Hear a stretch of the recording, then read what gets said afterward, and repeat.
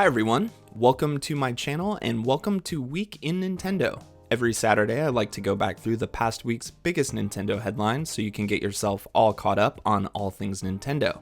If you're new here, make sure to hit the subscribe button and notification bell so you can keep up with everything happening with the channel.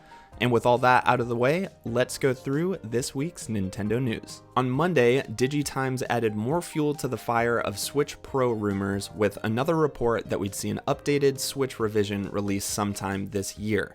Now, according to their supposed sources in Nintendo's supply chain, production of this upgraded Switch would begin sometime around the end of Q1 2020, with the system releasing sometime in the summer. Now, as far as the details go, they're a little vague, but supposedly the upgraded Switch will feature a magnesium alloy frame and utilize a better CPU. Now, DigiTimes has a somewhat spotty track record when it comes to Switch predictions, but betting on an upgraded Switch revision releasing sometime in the future certainly isn't that much of a stretch given Nintendo's history, especially when it comes to their handheld systems. And with the recent predictions from Dr. Sirkin Toto, and the information we got over the summer from the Wall Street Journal regarding the new IGZO display screens being utilized in an upcoming Switch revision, certainly seems to point at something happening behind the scenes at Nintendo. But I have to say the idea of a 4K capable Switch releasing sometime in 2020 seems somewhat unlikely, and that sounds to me more like the capability we might see from a proper Switch successor. But I'd be really curious to know in the comments below, what would you want to see out of this rumored Switch upgrade? On Monday, we also learned the details of a North American Mario Kart 8 Deluxe tournament happening January 17th through 19th, with the top 8 players being eligible for 2,500 My Nintendo Gold points. Now, I've seen some people speculating about January 16th being the possible date for Nintendo's next proper direct, and that somehow relating to the tournament kicking off the following day, but I don't really see the connection, and I guess we'll just have to wait and see. Again on Monday, Nintendo announced that Super Mario Maker 2 has seen over 10 million course uploads, and players will now be able to upload up to 100 courses in Course World to celebrate.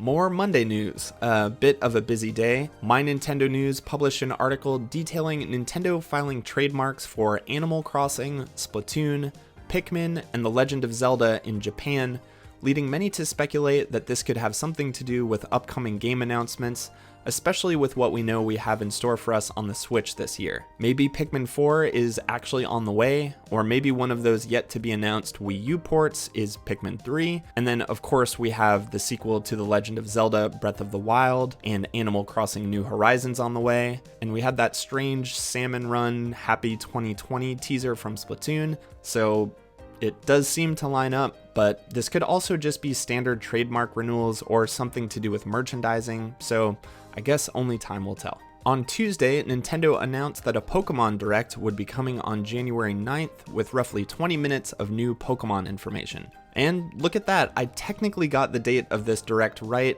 but I was certainly hoping for a full-fledged Nintendo Direct and not one specifically geared towards Pokemon. But even though we already got this Pokemon Direct, I still think there's hope for a regular Nintendo Direct sometime this month or maybe early February. On Thursday, we got the announced Pokemon Direct, and big surprise, the Pokemon fanbase is divided.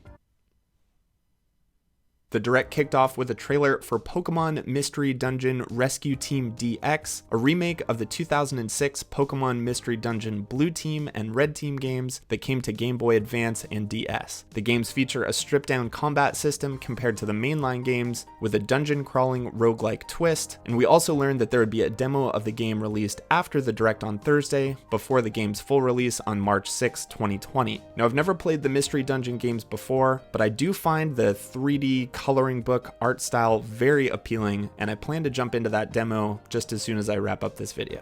Next, we learned about the Pokémon Sword and Shield expansion pass, 2 DLC packages being released later in the year, and that players would be able to pre-purchase the bundle for $29.99 with some bonuses immediately available. Isle of Armor, the first pack of DLC, will be released in June 2020, and the second pack, Crown Tundra, will be coming in the fall. Both packs will bring a collection of new and returning Pokemon that weren't previously available in Sword and Shield, and will also feature new characters and brand new wild areas to explore. Players who don't purchase the expansion pass will still be able to trade with players who did to receive the new Pokemon available with the DLC.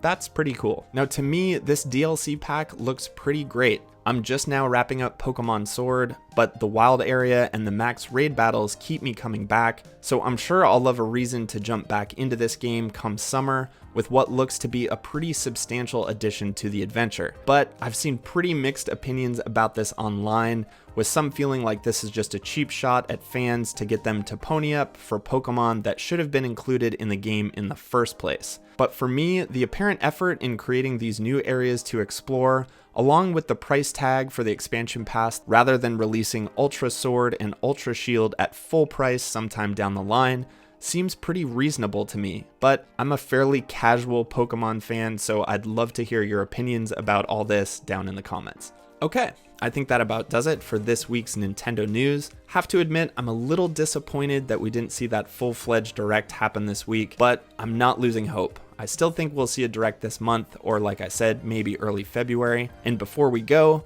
it's time for 20 years ago today, where we look back at what was happening with Nintendo 20 years ago this week. Now again, January, a bit of a lull, but remember we still have a couple really notable Nintendo 64 titles on the way, including Perfect Dark, Majora's Mask, and Paper Mario. So I thought it might actually be fun to take a look at the January 2000 cover of Nintendo Power to see what games they were talking about. And as you can see here, we have some in-depth strategies for Bassmasters 2000, Worms Armageddon, Armorines Project Swarm, Supercross 2000, and 40 Winks.